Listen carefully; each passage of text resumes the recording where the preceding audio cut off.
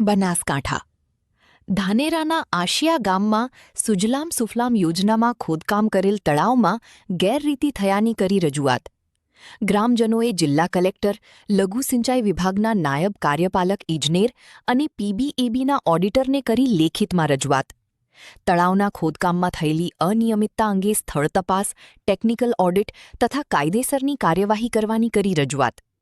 Survey number 136 ખાતે સુજલામ સુફલામ યોજના વર્ષ 2026 અંતર્ગત અંદાજિત 8,68,000 રૂપિયાના ખર્ચે તળાવનું ધી આનંદપુરા સેવા સહકારી સરાલ મંડળીએ કર્યું હતું ખોદકામ. સ્થળ પર કામની એમબી, ટેકનિકલ મંજૂરી, બિલો અને ચૂકવણીના તમામ દસ્તાવેજોની સ્વતંત્ર ટેકનિકલ ટીમ દ્વારા કામનું માપન અને ગુણવત્તાની ચકાસણી કરી દોષિત અધિકારી અને કોન્ટ્રાક્ટર સામે કાયદેસરની કાર્યવાહી કરવાની કરી માંગ.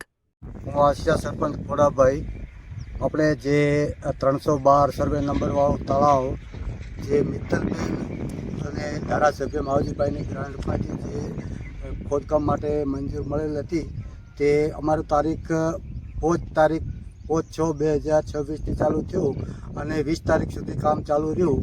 અને પછી પાછળથી ભાઈઓએ એવું કીધું કે અમારી સીએમટી પૂરી થઈ ગઈ છે એટલે હવે અમારું તળાવનું ખોદવાનું કામ બંધ કરશું. એ પછી અમે ગામ લોકોએ વિચાર કર્યો કે આ તળાવ એમને પડ્યું રહેશે, પછી સૌ ખર્ચે એટલે એક ટોલા દીઠ 100 રૂપિયા આપી અને અત્યાર સુધી કામ ચાલુ રાખ્યું છે. પણ અમારે જે મિત્તલબેન અને માવજીભાઈની ગ્રાન્ટમાંથી જે કામ થવાનું હતું એ બિલકુલ થયું નથી. કારણ કે તમે જોઈ રહ્યા છો કે જ્યાં ભાઈ ઊભા છે પત્રકાર, ત્યાં પણ તળિયું જ છે. અને આના સિવાય તમને જો દેખાતું હશે ને કે મારા હિસાબે જે ગ્રાન્ટ હતી એના 25% કામ નથી થયું. તો આ ગેરરીતિ આચરેલી છે તો એના માટે સરકાર કોઈ પણ પગલાં લે.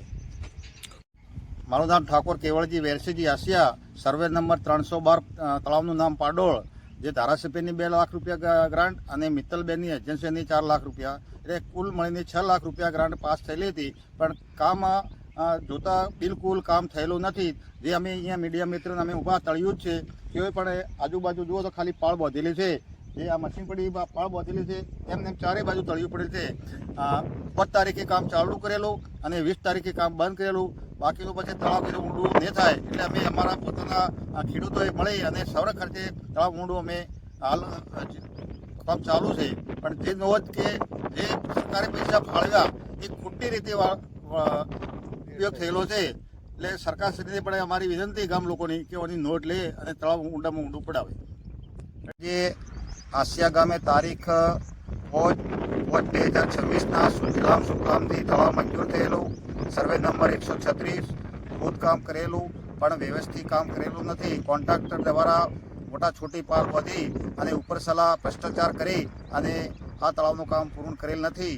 અમે તે સરપંચ, ગામના આગેવાનો, યુવાનો બધાએ આ સ્થળ ઉપર 7 થી 8 વખત જઈને કોન્ટ્રાક્ટરને મેં રજૂઆત કરી. આજે આવું, કાલે આવું. એટલે જે માટી પણ બહાર ધાનેરા વેચેલી છે એ 1550 રૂપિયા પણ પૂર્ણમાં વેચેલી છે. ગામના ટ્રેક્ટરો, ગામના સહયોગથી અમે 100 રૂપિયા ભરાઈ આપી અને તળાવ ઊંડું થાય એના માટે અમે દરેકને ખેડૂતે મદદ કરેલી છે. અને આજુબાજુ રામસણનો સીમાડો, સુથિયા, સામરવાડા અને આશિયા, આમાં વધુમાં વધુ તળાવ મોટું થાય તો દરેક ગામોને પાણીના તળાવ ઊંડા જવાથી દરેકને ફાયદો ખેડૂતોનો થાય એ અમારી માગણી આશિયા સર્વે ગામજનોની છે. બીજું કે સર્વે નંબર 136 સરકારીને ગૌચરની જમીન મોટી જગ્યા છે તો એ પણ તળાવ વધુ મોટું થાય એના માટે અમારી સૌની માગણી છે. અરજી ક્યાં આપી તમે? અરજી મેં કલેક્ટર સાહેબ જિલ્લામાં આપેલી છે, ખનિજ વિભાગમાં આપેલી છે અને સિંચાઈ વિભાગમાં પણ આપેલી. 3 જગ્યાએ પણ મેં અરજી પણ આપેલી છે. એનો હજી કોઈ પણ જવાબ મળ્યો નથી.